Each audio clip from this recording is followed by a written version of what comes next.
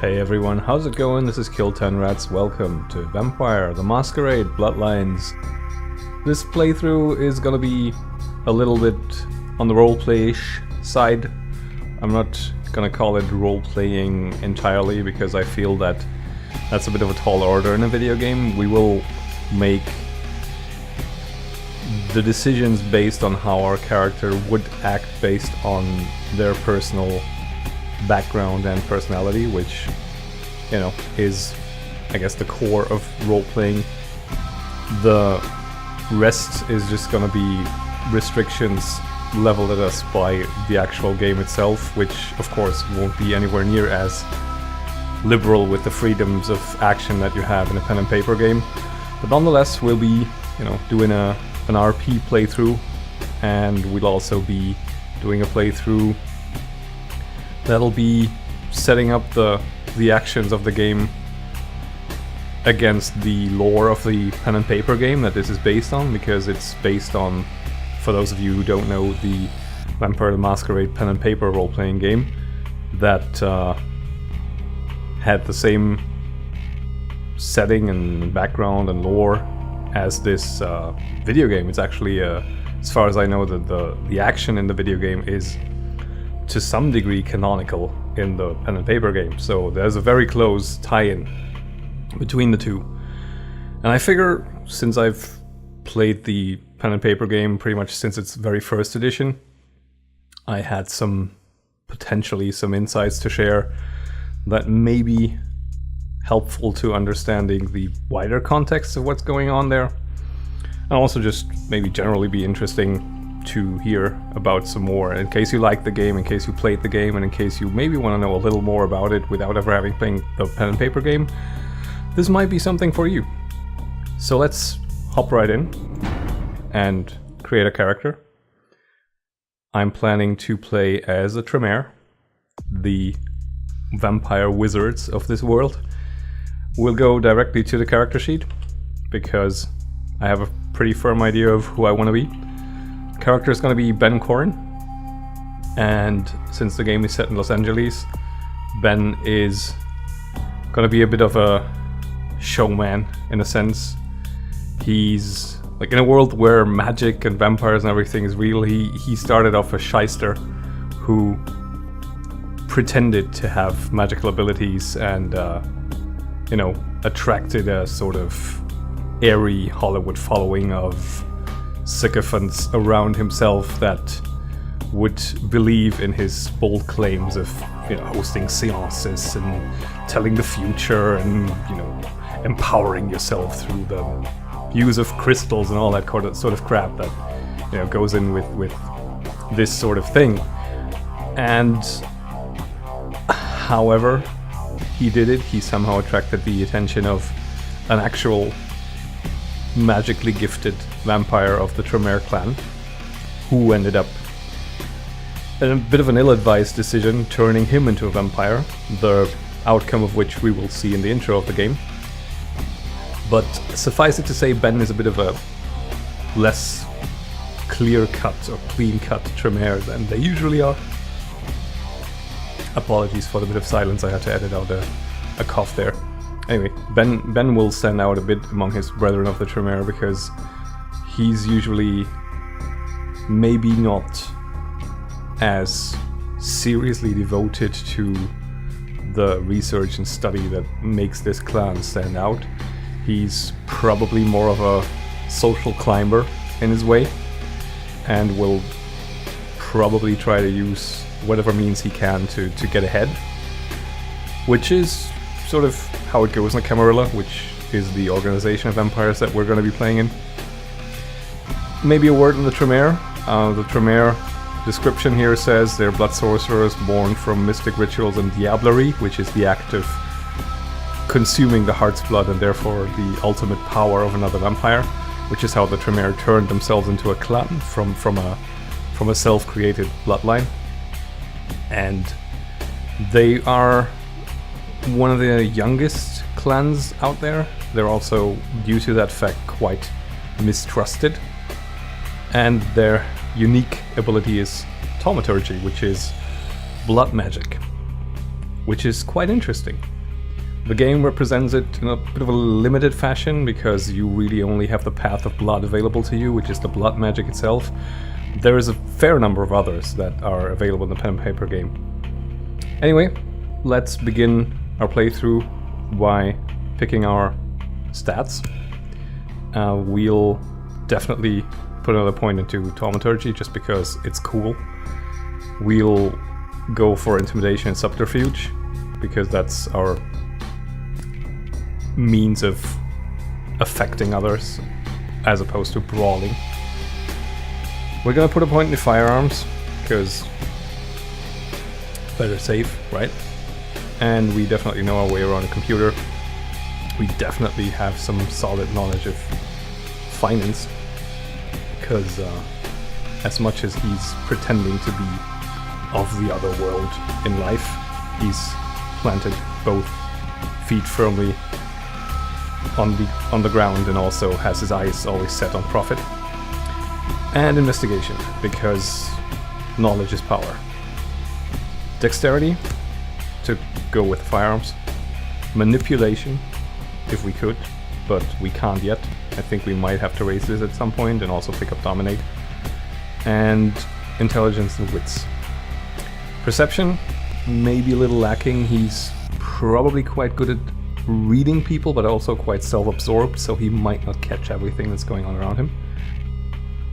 So with that idea of our character, let's have a look at the opening cutscene of the game, and yeah, I'll catch up with you after that has played out.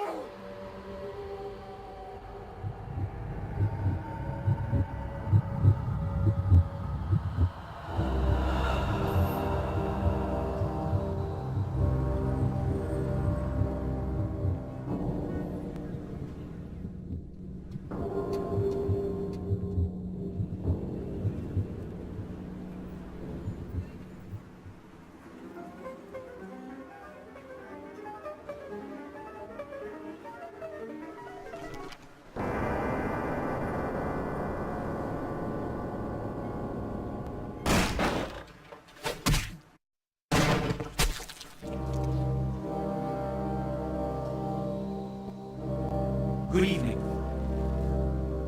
My fellow kindred, my apologies for disrupting any business or interfering with prior engagements you may have had this evening. It's unfortunate that the affair that gathers us together tonight is a troubling one. We are here because the laws that bind our society, the laws that are the fabric of our existence, have been broken. As Prince, I am within my rights to grant or deny the kindred of this city the privilege of siring.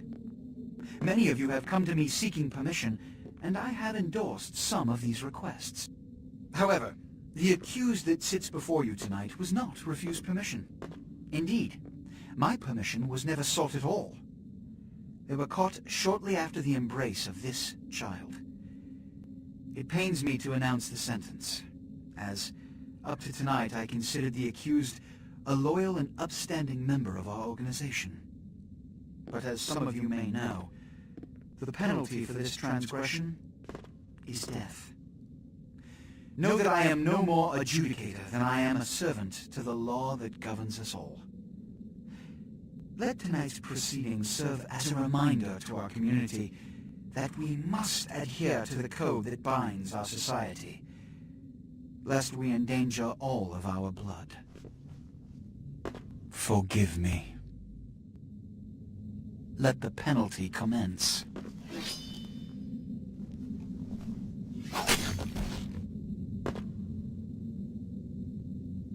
Which leads to the fate of the ill-begotten progeny. Without a sire, most children are doomed to walk the earth never knowing their place, their responsibility, and most importantly, the laws they must obey. Therefore, I have decided that this is bullshit!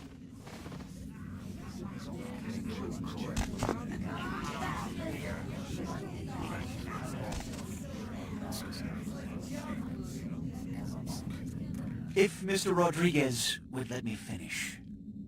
I have decided to let this kindred live. They shall be instructed in the ways of our kind, and be granted the same rights. Let no one say I am unsympathetic to the plights and causes of this community. I thank you all for attending these proceedings, and I hope their significance is not lost. Good evening.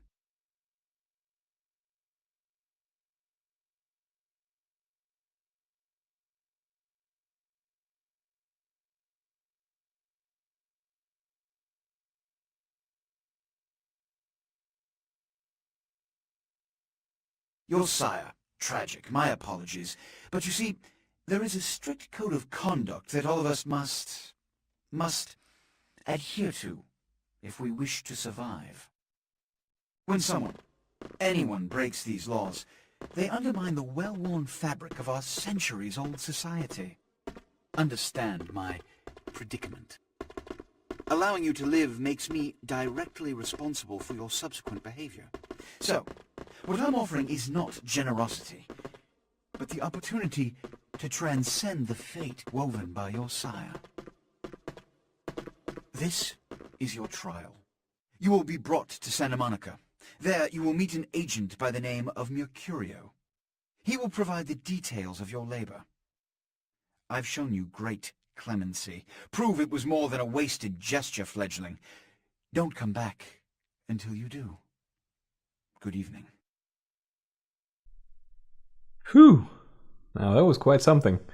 That intro was pretty packed with all sorts of allusions and bits of information that you could just put into relation to the pen and paper game and all the traditions that come from it.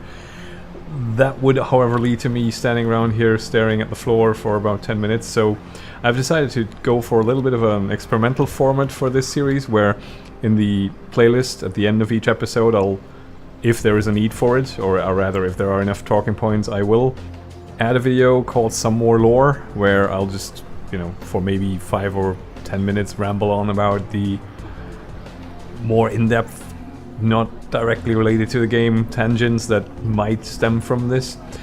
For the moment, let us put ourselves in our character's shoes and just appreciate the total what the fuckness of this moment. Consider that you have maybe just learned that vampires exist. Then you have come to terms with that and found out that you are one. And then your only tie to this world has their heads chopped off by what appear to be an African variety of a very, very rare clan. And additionally, you're now cast out into the streets with some sort of boon hanging over your head owing to the prince. So, yeah, I think Ben is a little bit confused right now. And matters won't be helped a lot, I think, if we take a couple of steps forward and are accosted by a 400-year-old pirate called Jack, who is voiced by the same man who voices Bender in Futurama. But since we have to take our first step in this playthrough, and it's about time for it, let's just do exactly that.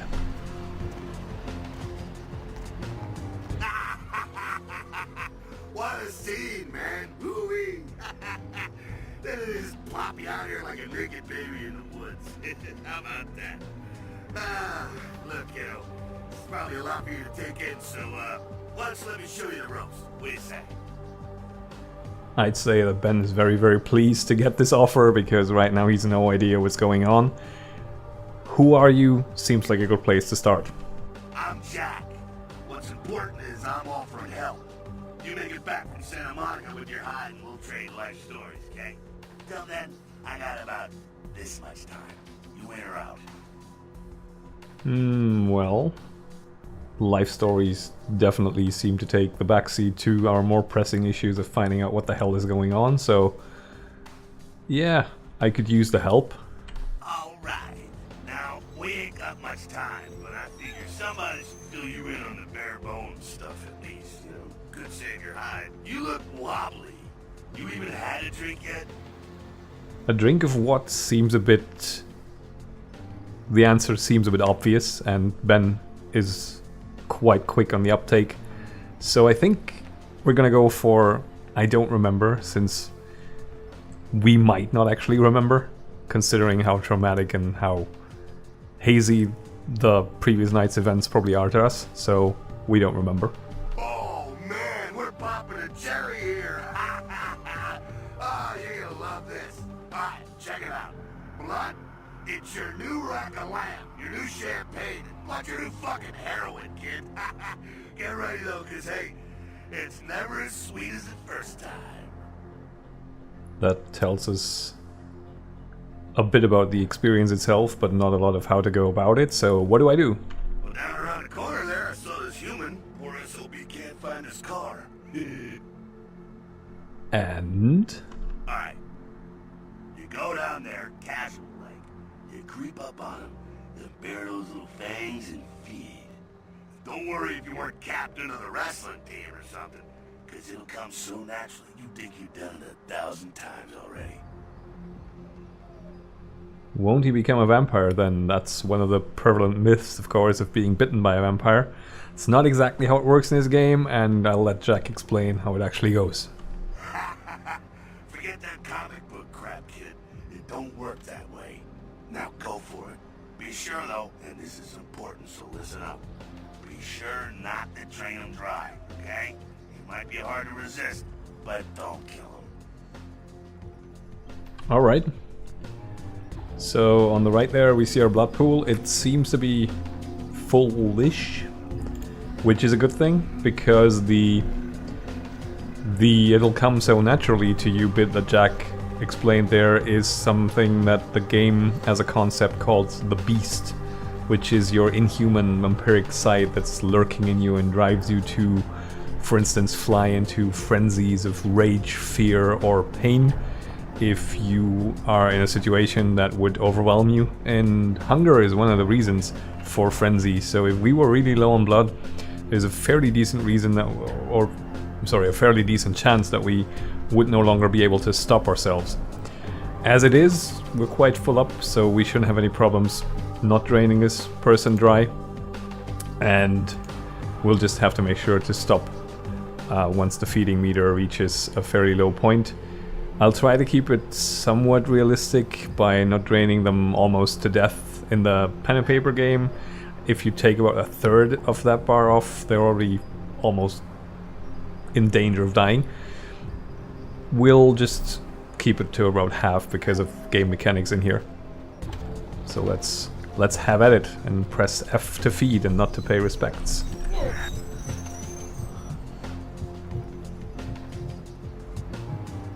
And I think that's about enough. We'll just pretend that he's gonna be fine, you know. Because if he weren't, we'd potentially lose some of our humanity, and that gets us even closer to the aforementioned beast, which eventually might lose us complete control of our character. I don't think that can happen in this game, but in the pen and paper game it's definitely one of the causes that might actually cause you to discard a character completely if your humanity goes down from 1 to 0. Right, Jack, here we are, back again. Yeah. Hell yeah, you're feeling it. I can see it in your eyes. You're a born-again predator. Feeling that blood bubbling inside you, lifting you up. That's it, kid. That's what it's all about right there. Right, so let's go for the sarcastic response and ask when we get our cape and whether we can pick the color. Alright now, you got the blood, you're feeling all kick-ass, feeling better than your best day living, but wait, it gets better. All kindred, that's our word for vampire. All kindred have a few things in common. Things that set them right square above humans on the food chain. Like what? Like sharper senses, a body that can take a beating, and if you play your cards right, eternal life. That's no sure bet, but still a chance of immortality's not a bad deal. And that's just for starters. Fringe benefits for joining the club. In this particular case, immortality is a bit of a mouthful, considering the manifold ways that we can still die in, and Jack's gonna tell us a few ways that could happen right now. Well, you can still be destroyed, but forget the books and the movies. Garlic, it's worthless. A cross? Pfft, shove it right up their ass. A steak? Only if it catches you in the heart, and then it just paralyzes you. Running water? That's no problem. I bathe. Occasionally. Now, a shotgun blast to the head. Oh, that's trouble, boy. Fire? That's real trouble. Sunlight? Well, you catch the sunrise and it's all overkill. Get it? Yep, I got it. Okay, now. The fuck is this? You get inside here and head upstairs. Meet up a bit. I'm just gonna go see what the fuck this is. Well, that doesn't sound so good, and this night just gets worse and worse for our character here. Let's open this door, head on in, and hopefully I'll make the jump this time, because this is a bit of a wonky control pattern here. Okay, nice, there we go. And yeah, I get it. We'll pick up the multi-tool here, or the lockpick, and make our way back to meet up with Jack. Down here. Stay away from the windows. Oh, it's a Sabbat raid. Sabbat? They're, I was hoping to spare this shit till later. The Sabbat, well, they're mostly mindless, bloodthirsty assholes. That's all you need to know for now, alright? Hey, watch how you talk about my main character. Anyway, what's up? Sabbat got wind of the gathering here, so they figured they'd raise a little hell and put a little heat on the new prince. And the prince is the prince of what exactly? No time for political rundown. Job one, get out of here alive. Sabbat might be mindless, but they hit like a Mack truck, like raging savages. Nothing a fledgling like you wants to mess with. So what am I supposed to do? Shh. Heads up. Back away. And there's our neckloper friend coming to take care of some business.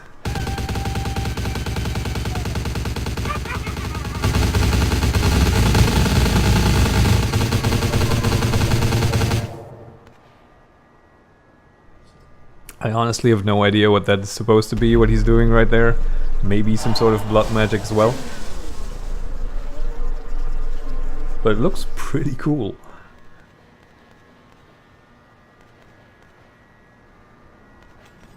Dumb, frenzied Sabbat bastards.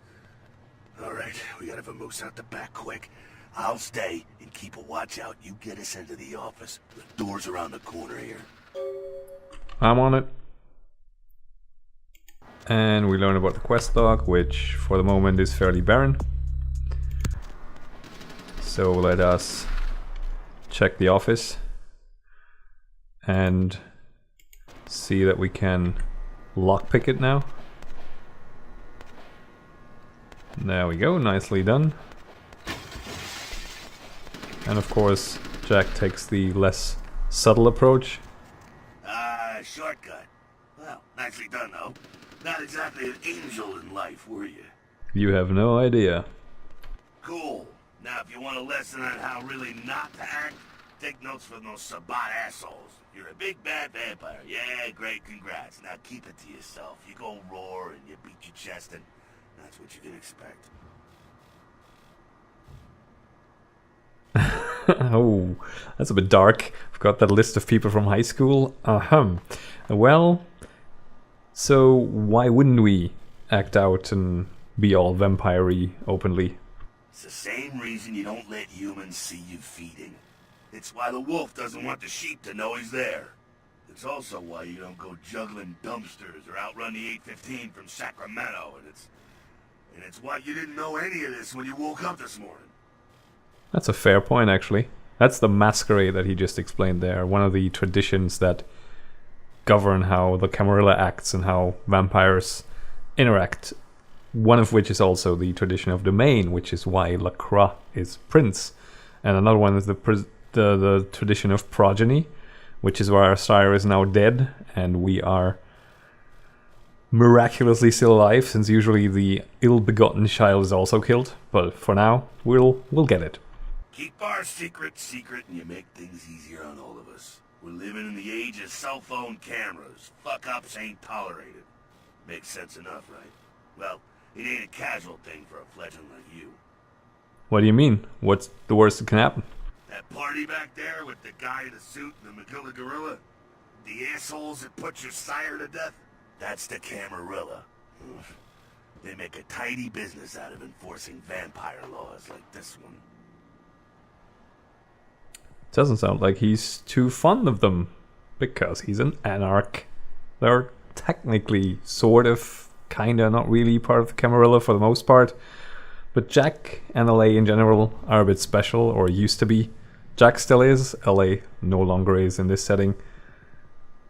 They're the vampire good guys. I don't think that's something that Ben would anticipate, so let's just go with IC. Alright, now don't worry, because I know the area a little, and you know what? I'm glad we're in this situation, you and I. It illustrates a point. You gotta utilize your surroundings. Okay, and that means what exactly? You do what you gotta do. Theft, destruction of property, breaking and entering. These will be the least of your sins before the night's out. So look around here. We gotta get out the back there through that magnetically sealed door. There must be a key someplace. Sounds charming. I'll find it. And there's our area indicators. That's actually quite an interesting concept, with having a masquerade area where we're actually not allowed to be caught feeding or breaking the masquerade in any way, revealing our vampiric powers. And Elysium, that actually sort of derives from the traditions, is the sacred ground almost of vampires. Not that it's particularly sacred, where they're not allowed to combat physically or through disciplines, but you know, they still fight verbally and through backstabbing and political machinations. Elysium is sort of what the elders decided to have as ground to still be able to socialize with essentially their rivals and enemies. Anyway, we'll have a look for the...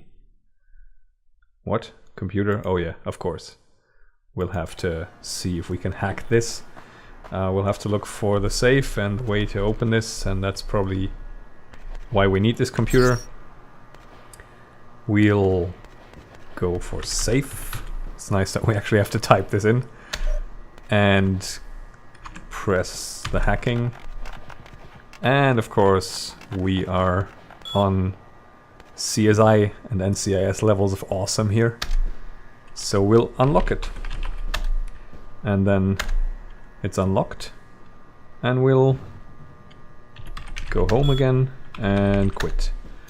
So this should open now. Yeah. Press E. And we'll take the chop shop key. There we go. Now take that key card and head out the back. I'll meet you out in the alley there. I'm gonna check out things from topside. I got it. Press the I key to access your inventory. Click on the left and right arrow buttons above the inventory. Okay, keys are located. Most keys will not need it again and are deleted. That's actually a really nice feature. I mean, this is a fairly old game and not many games have picked up on this mechanism, but this will be pretty neat in some games. So, what's this? Password. Oh, really? Well, at least we got to show off our hacking skills. And here's the key card, and down into the back alley, where we might actually have to sneak a little. Yeah, that doesn't look too promising. But Jack is on the case. That was quite impressive. He is not of a very low generation, I should say, because the lower the better, which is how far you are removed from the very first vampire and how strong your blood naturally is. But he's fairly old, and that makes up for a lot. Like, Jack is around 400 years old. So here we learn about aggravated damage, which is the kind of damage that we take from hazards that can actually kill us permanently. And we seem to have been roughed up a little by the bullets, at least. So let's check back with Jack and see what he has to say. Fucking waste of unlife, these Sabat Vatos. You get winged? Hey, look at them potholes. Those will close up soon enough. Better feed, though. There's someone down the stairs here. It's not the freshest catch, but it'll do. So interesting choice of terminology he has there for the Sabbat, which is Vatos. It's interesting because it's what they call each other and not necessarily their nickname. So, I wonder... Nah. Anyway, what's the difference? Blood's blood, right? Well, when it comes to feeding, it's quality blood you're looking for, not the quantity. Bums and lowlife don't pack the same punch that a healthy, well-bred human will. Juice bags with a pedigree, that's the good stuff. But you gotta take what you can get. You ever had a PhD, kid? Ooh, that's good stuff. If you say so. Remember what I said, though. Don't kill them. At least not the innocent ones. You're a monster now. Make no mistake. One of the damned and the fallen. You need to hold on to every last shred of humanity you have. And what if I get a little overzealous? What happens then? An innocent's an innocent. You kill one, even a worthless bum, even by accident, and it's gonna cost you a piece of your own humanity. Bring you closer to that beast you got welling up inside you. And the beast, what exactly does that mean? The beast? It's always there, waiting to take over. When it does, it's like a wild animal wearing your skin. Desperate, scared, reckless. He'll do anything to survive, and it's you that has to deal with the consequences. So, what does that mean about killing in general? I said innocent humans. If some asshole levels a 12 gauge your way, you drain him, skin him, and bash in his skull. Self-preservation is a vital part of humanity, after all. My favorite part, in fact. I think I follow. The only way to fight the beast is to keep in touch with your humanity, and don't go hungry. It's a fine line. I got it. Alright, now go feed. Careful, though. He's gonna drain fast. I'll be back in a minute. And that goes for you guys too, because we've been running on for quite a while now, and it's time to transition into the next episode, so I'm gonna take a break here. I thank you very much for watching. If you liked what you saw, consider clicking the like button, leaving a comment, maybe even subscribing. There is, if everything works out as planned, a lore video soon to follow this one that just goes into a little bit more detail on the traditions, and we'll be back with another episode as well very, very shortly. Until then, I'll see you when I see you. Bye now.